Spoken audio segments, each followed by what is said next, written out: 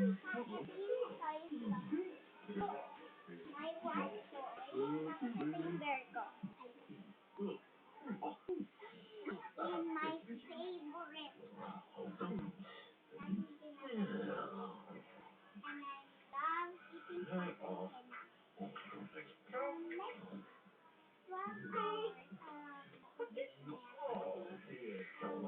Next 12 hours, nakuha ko yung here.